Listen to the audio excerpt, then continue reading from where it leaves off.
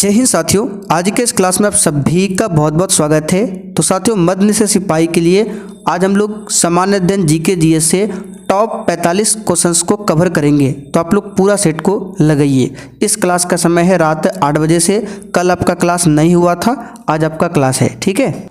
तो इस सेट का पहला क्वेश्चन देखिए, ईस्ट इंडिया कंपनी की स्थापना कब की गई थी? सभी ऑप्शन को ध्यान से पढ़िएगा और प्रत्येक स्टूडेंट को नीचे लाइव चैट में या फिर कमेंट बॉक्स में अपना अपना आंसर बताना है। तो ये क्वेश्चन शायद हमने पहले भी आपको बताया था। ईस्ट इंडिया कंपनी की स्थापना जो है 1600 ईस्वी को किया गया था। अच्छा, जिस समय स्थापना हुई थी उस समय भारत में मुगल शासक कौन था? तो अकबर था। कौन था? अकबर था। ये आपको ध्यान रखना है। आगे देखिए, निम्नलिखित में से कौन पोर्ट ब्लेयर अंडमान की सेलुलर जेल का एक प्रसिद्ध निवासी था? एक भी प्रश्न को छोड़ना नहीं है। और जो भी साथी चैनल पर पहली बार आए हैं, आप लोग चैनल को सब्सक्राइब कर लीजिए ताकि इस एग्ज़ाम से संबंधित आपका एक भी वीडियो छूटे ना। यहाँ पर आंसर होगा दामोदर सावरकर, वीर सावरकर। तीसरा ऑप्शन आपका राइट है। आगे देखिए, निम्नलिखित में से कौन सा असम के लोगों का पर्व नृत्य है? बताइए, क्वेश्चन नंबर 3 के लिए आंसर क्या होगा? इसमें से कौन सा असम के लोगों का पर्व नृत्य है? तो ये है बिहू। क्या है? बिहू पूछा जाता है। तीसरा ऑप्शन यहाँ पर आपका सही है। गरबा गुजरात का है। भांगड़ा कहाँ का है? पंजाब का। कथक उत्तर भारत का, ये शास्त्रीय नृत्य है कथक। इस क्वेश्चन पर आप सभी स्टार मार्क कीजिए। द स्पिरिट ऑफ लॉज लिखी गई थी, बताइए किसके द्वारा? तो साथियों, द स्पिरिट ऑफ लॉज पुस्तक के लेखक है मोंटेस्क्यू। याद रखिएगा, इंपॉर्टेंट क्वेश्चन है। कौन है? मोंटेस्क्यू। चौथा ऑप्शन सही है। आगे देखिए, जोसेफ स्टालिन किस देश में अग्रणी साम्यवादी नेता थे? तो यहाँ पर इस क्वेश्चन का आंसर हो जाएगा सोवियत संघ। अच्छा, सोवियत संघ कब टूटा था? 11 नए देशों में, तो 1991 में। ठीक है, 1991 में ये विखंडित हुआ था सोवियत संघ। इसका आंसर होगा सोवियत संघ। आगे देखिए, निम्नलिखित में से भारत के किस राष्ट्रपति की मृत्यु कार्यालय में हुई थी? सोच समझकर आंसर कीजिएगा। किस राष्ट्रपति की मृत्यु कार्यालय में हुई थी? तो यहाँ पर इसका सही जवाब क्या हो जाएगा? तो डॉक्टर जाकिर हुसैन। चौथा ऑप्शन यहाँ पर आपका राइट है। भारत के तीसरे राष्ट्रपति थे डॉक्टर जाकिर हुसैन और देश के पहले मुस्लिम राष्ट्रपति थे। आगे देखिए, भारतीय संविधान का कौन सा अनुच्छेद जम्मू और कश्मीर राज्य के लिए विशेष दर्जा देता था? तो ये आर्टिकल है 370, अनुच्छेद 370। आगे देखिए, किस पंचवर्षीय योजना के दौरान आपातकाल लागू किया गया था, नए चुनाव हुए थे और जनता पार्टी को निर्वाचित किया गया था? बताइए, किस पंचवर्षीय योजना के दौरान? तो इसका सही जवाब है कौन सा? तो 5वीं पंचवर्षीय योजना के दौरान। तीसरा वाला ऑप्शन यहाँ पर आपका सही है, 5वीं पंचवर्षीय योजना। नेक्स्ट क्वेश्चन, भारतीय संविधान कैसा है? बताइए। तो भारतीय संविधान जो है कैसा है? फटाफट से इसका आंसर बताइए। तो भारतीय संविधान जो है आंशिक रूप से कठोर, आंशिक रूप से परिवर्तनशील, ऑप्शन के हिसाब से। ठीक है, यहाँ पर तीसरा ऑप्शन आपका राइट है। राष्ट्रपति द्वारा 2 व्यक्तियों को लोकसभा के सदस्य के रूप में किसके प्रतिनिधित्व के लिए नामित किया जाता था, जो कि अब प्रावधान खत्म कर दिया गया है? तो याद रखिएगा, 2 एंग्लो इंडियन को नामित करता था राष्ट्रपति लोकसभा में। अब इसका प्रावधान समाप्त हो गया है। आगे देखिए, संविधान सभा का मसौदा तैयार करने वाली समिति के अध्यक्ष कौन थे? बताइए, मसौदा तैयार करने वाली समिति। तो ये हो जाएगा BR अम्बेडकर। फर्स्ट ऑप्शन यहाँ पर आपका सही है, डॉक्टर BR अम्बेडकर। अच्छा, प्रारूप समिति की बात करें तो इसके लिए जो मसौदा तैयार करने के लिए समिति बनाया गया था वो था प्रारूप समिति, जिसे ड्राफ्टिंग कमेटी भी बोला जाता है। तो प्रारूप समिति की स्थापना कब होती है? 29 अगस्त 1947 को। आगे देखिए, संसद की संयुक्त बैठक की अध्यक्षता कौन करता है? तो संयुक्त बैठक के बारे में आर्टिकल 108 में बताया गया है और लोकसभा का अध्यक्ष अध्यक्षता करता है। बुलाता कौन है? राष्ट्रपति। किसने लोकतंत्र की ऐसी व्याख्या की लोगों का लोगों द्वारा और लोगों के लिए शासन है? लोकतंत्र बताइए। और जिनको भी इस एग्ज़ाम के लिए वन लाइनर जीके जीएस का notes, special Bihar GK notes, पिछले 10 से 12 साल का वन लाइनर क्वेश्चन बैंक कुछ भी चाहिए तो ये व्हाट्सअप नंबर है 9631887058। इस व्हाट्सअप नंबर पर मैसेज करना है। सब कुछ आपको मात्र 49 में दिया जा रहा है। तो यहाँ पर इसका सही जवाब क्या हो जाएगा, फटाफट से बताइए। तो ये है अब्राहम लिंकन का, चौथा ऑप्शन आपका सही है, अब्राहम लिंकन। नेक्स्ट क्वेश्चन, 1980 में किस देश ने श्वेत अल्पसंख्यक शासन से स्वतंत्रता प्राप्त किया? यह है जिम्बाब्वे। फर्स्ट ऑप्शन आपका सही है। नेक्स्ट क्वेश्चन, प्रजातंत्र के विरुद्ध कौन सा वैध तर्क नहीं है? तो यह अस्थिरता की ओर ले जाता है, गलत है। ठीक है, यह भ्रष्टाचार की ओर ले जाता है, यह भी गलत है। इसमें देरी होती है, उपर्युक्त में से कोई नहीं। चौथा ऑप्शन यहाँ पर आपका राइट है। चलिए आगे देखिए, सौर मंडल का सबसे बड़ा ग्रह कौन सा है बताइए? तो साथियों बृहस्पति है सौरमंडल का सबसे बड़ा ग्रह। और सबसे छोटा ग्रह पूछे तो बुध ग्रह है। सबसे गर्म ग्रह पूछे तो शुक्र ग्रह है।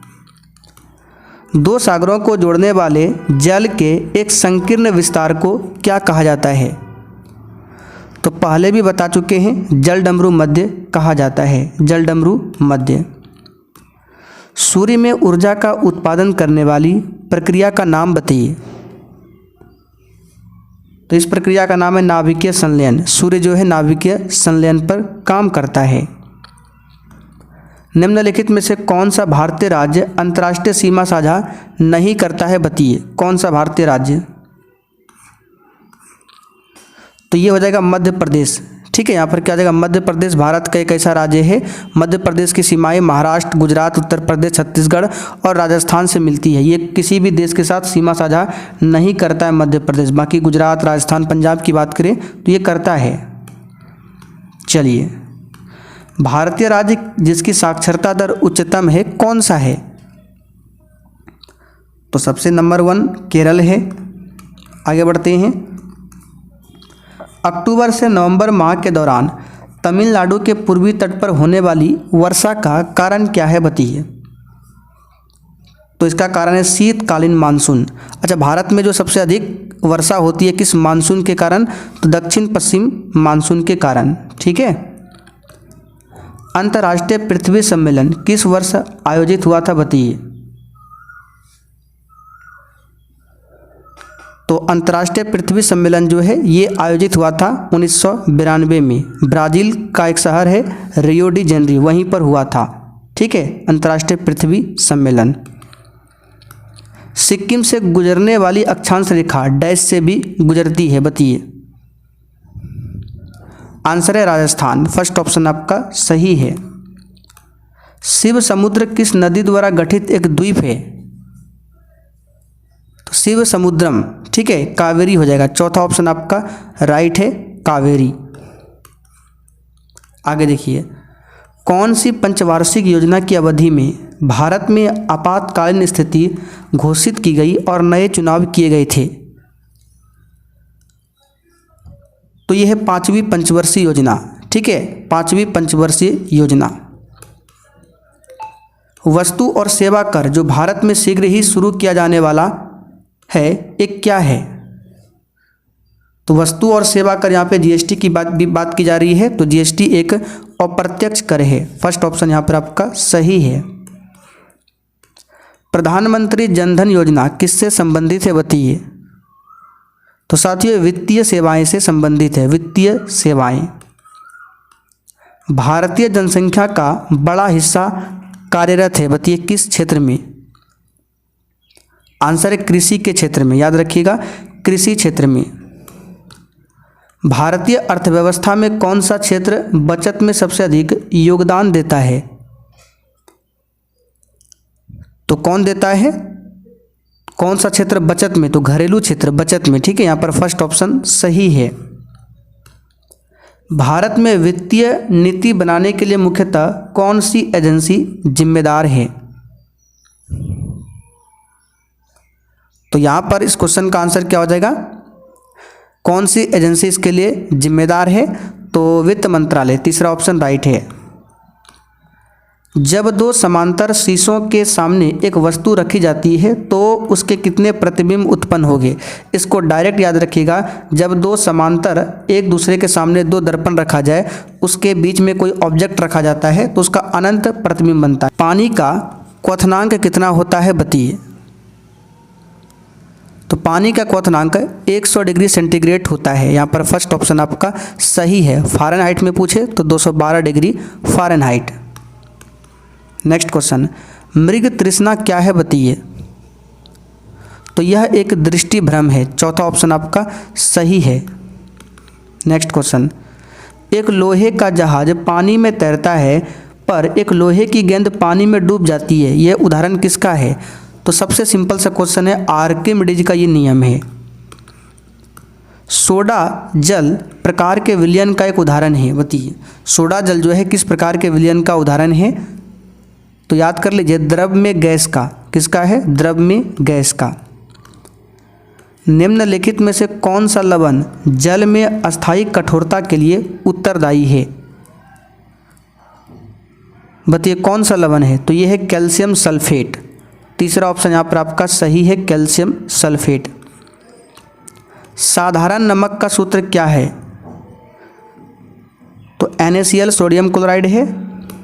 नेक्स्ट क्वेश्चन, निम्न में से गैस की जोड़ी जिनका मिश्रित होना खदानों में ज़्यादातर विस्फोट होने का कारण है, बताइए कौन सा गैस है जिसके मिलने से खदान में विस्फोट होता है? तो इसका सही जवाब है मीथेन और हवा। ठीक है। पीलिया इस अवयव के रोग का लक्षण है, बताइए पीलिया कहाँ होता है? पीलिया होने से कौन सा शरीर का अंग डैमेज होता है? तो याद कर लीजिए यकृत। शरीर की बड़ी ग्रंथि है यकृत। रिकेट्स बीमारी इसके अभाव से होती है। किसके अभाव से? तो विटामिन डी की कमी के कारण होता है रिकेट्स। प्रकाश संश्लेषण किसका मुख्य कार्य है बताइए? नेक्स्ट इसका आंसर हो जाएगा पत्ती का। सिंपल क्वेश्चन है, पत्ती का। कौन सा एक प्राकृतिक रेशा नहीं है?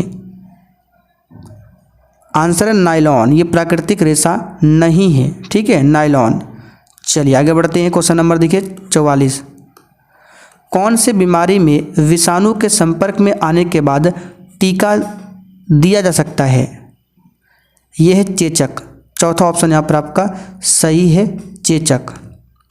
नेक्स्ट क्वेश्चन देखिए, निम्नलिखित में से कौन सी ऑटोमोबाइल गैस एक वायु प्रदूषक नहीं मानी जाती है? तो यह है कार्बन डाइऑक्साइड। फर्स्ट ऑप्शन यहाँ पर आपका सही है, कार्बन डाइऑक्साइड। ठीक है। चलिए यहाँ पर फर्स्ट ऑप्शन आपका राइट है। तो साथियों आज का सेट यहीं पर कंप्लीट होता है। अब आप लोग कमेंट करके बताइए आपने आज कितने क्वेश्चन सही किए हैं।